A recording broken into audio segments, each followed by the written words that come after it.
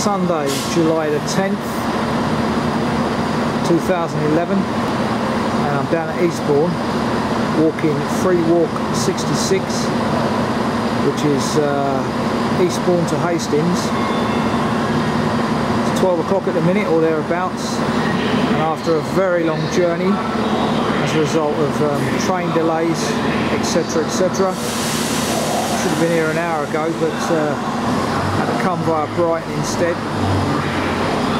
Anyway, let's press on. As I say, it's 12 noon, got about 15 miles to do, and I want to make sure I get across the low tide section of Pevensey.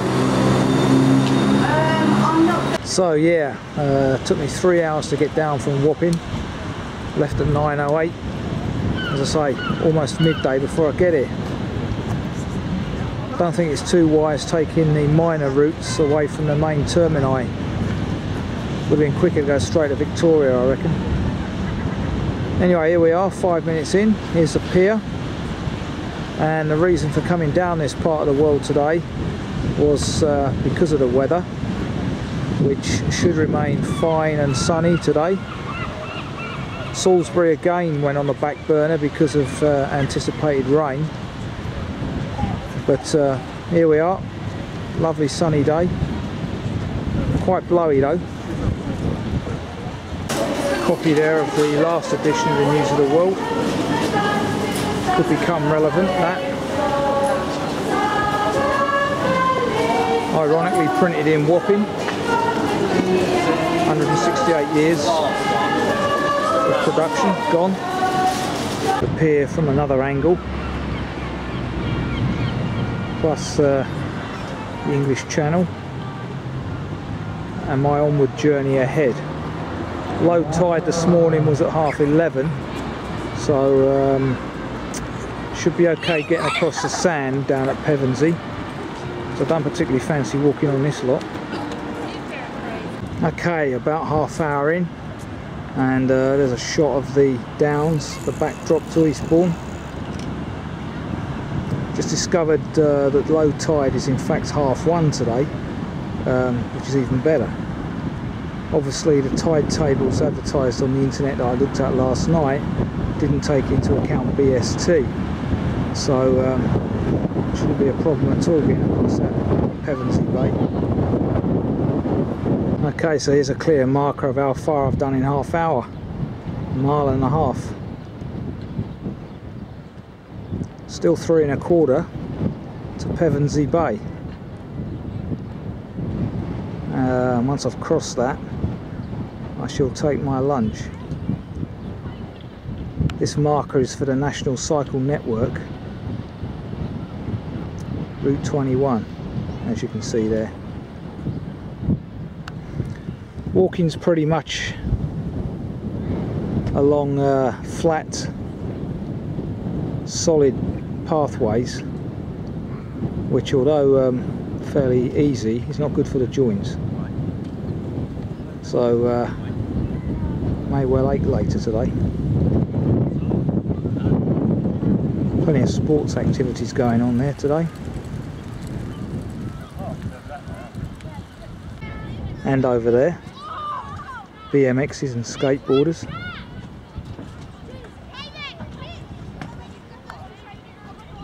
Information board here about Sovereign Park, a site of nature conservation importance, mainly associated with fossils, hence all these pieces of rock round about.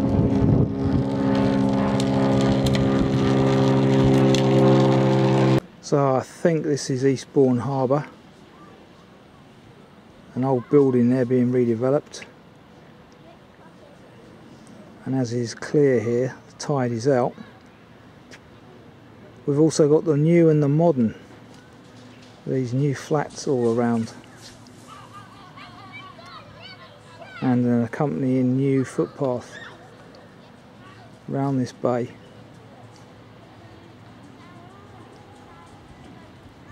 The lock gates at Eastbourne Harbour.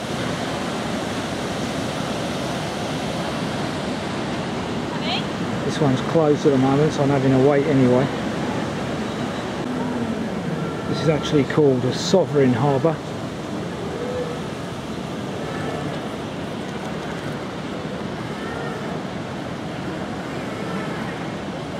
Memorial there to local fisherman Peter Hamper.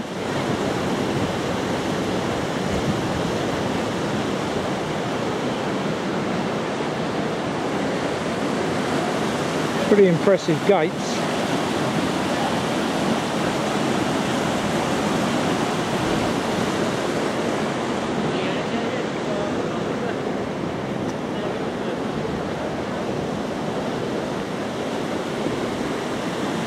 And I can now cross over this side, which is locked.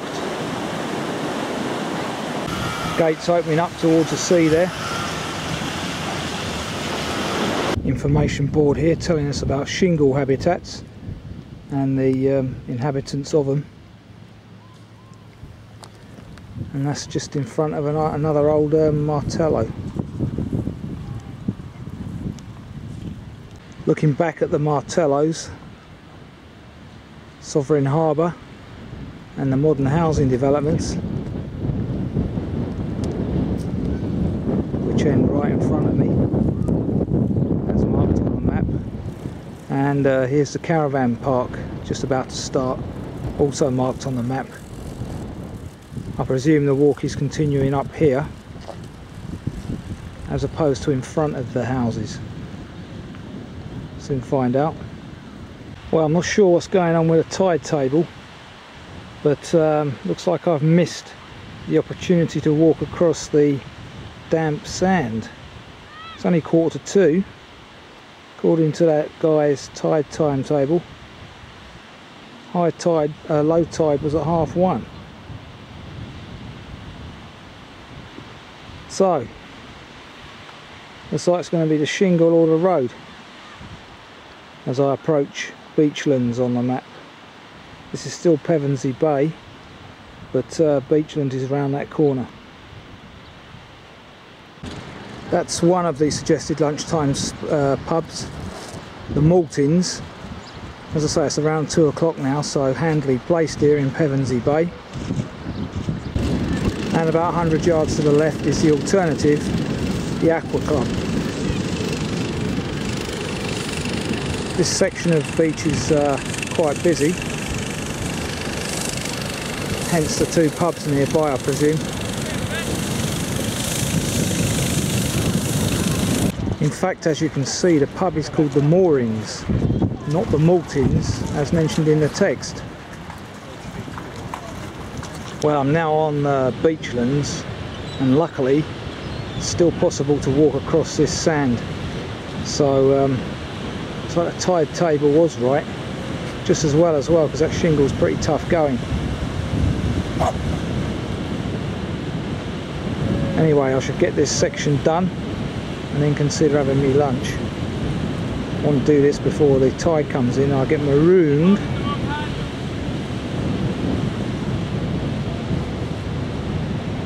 Now I'll see why this is called Beachlands. Lovely expanse of sand. Delightfully refreshing next to the sea here as well. That dog's having a nice time. Couldn't have asked for a better day either. Delightful.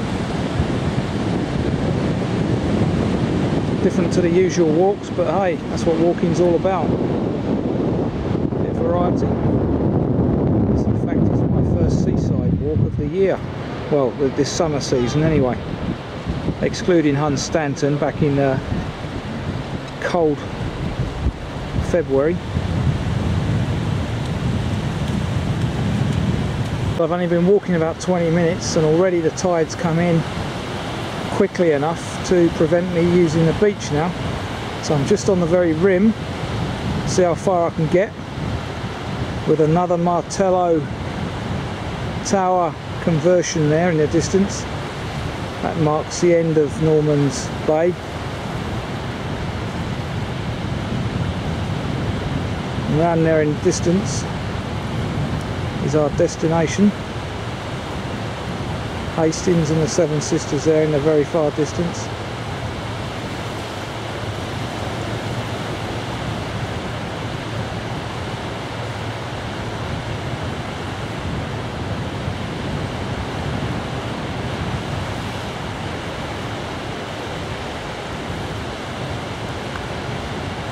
Now as I approach the Martello Tower there, it is possible to walk on a 50-metre wide section of the beach again, so it's very in and out with this part, Beachlands. Very sensible measure over there on those rooftops. Solar panels, makes sense on the south coast.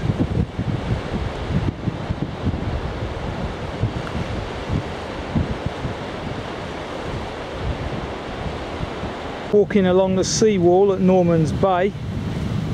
That's Norman's Bay Caravan Park over there, which interestingly has its own railway station. Don't know many caravan parks that have that.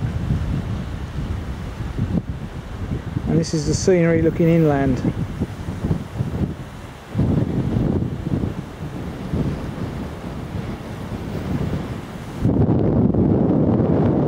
Very blowy, as you can see from the foliage beneath me. But still, the old muffler on, so it's good. And almost perfectly positioned for me here at Norman's Bay. My lunchtime stop today. And how's about that for a nice view, eh? Who needs the Costas on a day like today?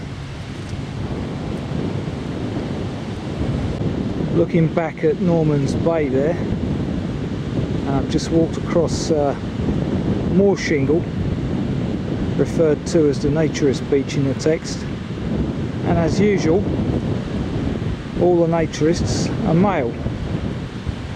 I wonder why I never see any female naturists. And as usual, bobbing up and down again amongst the pebbles. Chalet Heaven at Cooden Beach.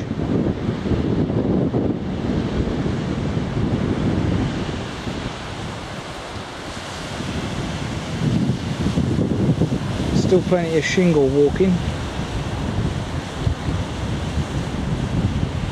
Okay, this is the view from Bewley Road open space, and I still haven't found the promenade referred to shortly after Cooden station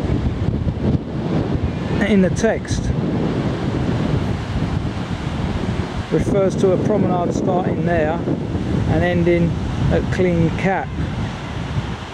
Well, there's no promenade down on the beach, and I haven't found it yet, so not sure where it is. So I see what's happened here. If you look closely at this map,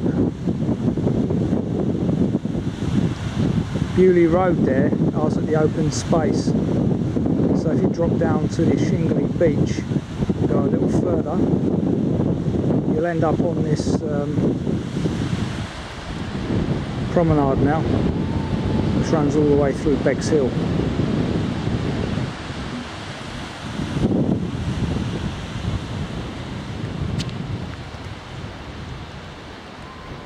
I've accessed it via that path there. Anyway, it's only a couple of 100 yards out.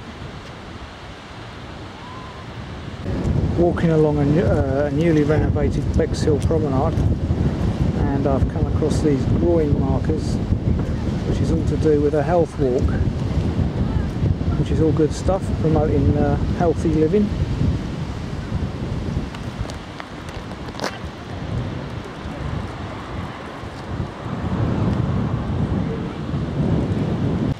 Plus they've had built a modern variation of a windbreaker.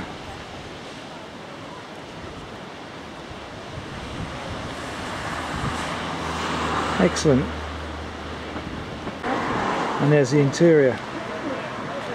Very different. Must have cost a pretty penny. Common Victorian feature in seaside towns. 4:20 is correct.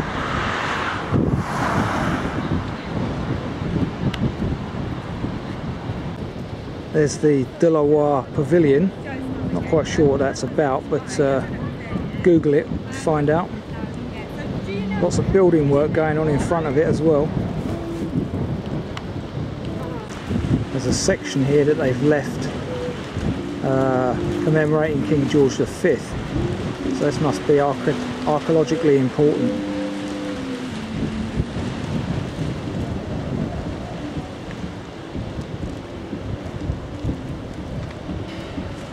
Won't be done this summer though, obviously. Probably be finished for 2012. Okay, the view from just past Glyn Gap.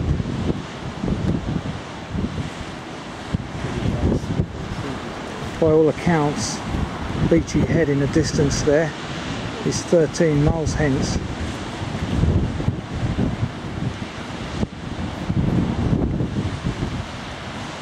Still glorious weather. And up ahead of me next is St Leonard's after Bulverhithe Beach.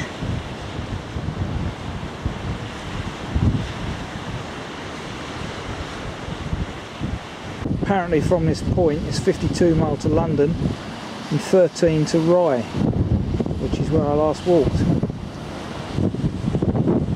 And Le Havre is 96 miles away, somewhere over there. Looking down on Bulverhithe Beach.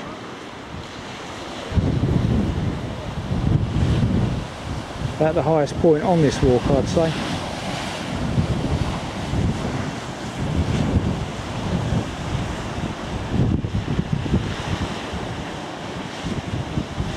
Since the text was written, which was clearly some time ago, the gravel path has now been replaced with a tarmac shared pedestrian and cycle path.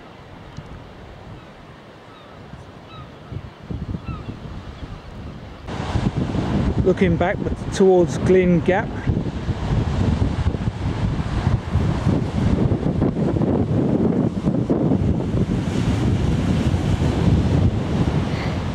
and on ahead towards St Leonard's.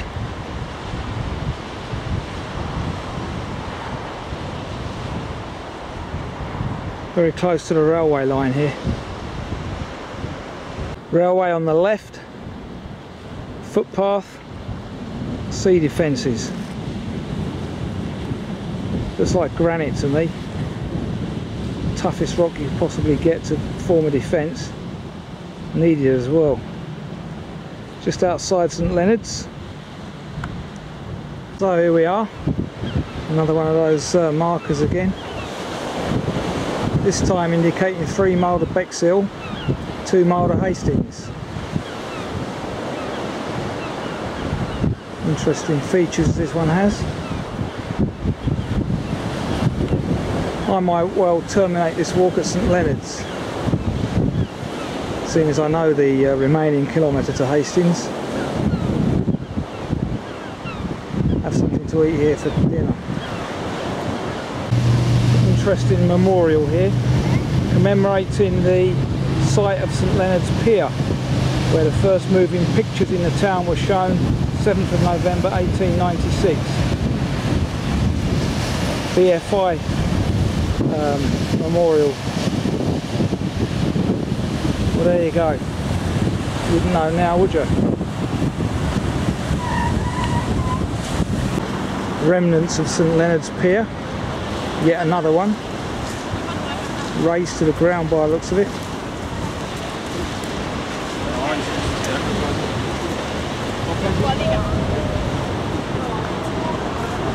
Okay, 10 to 6, so I'd imagine now's a good time to terminate this walk. I'm outside Warrior Square, not the station but the actual place. So that's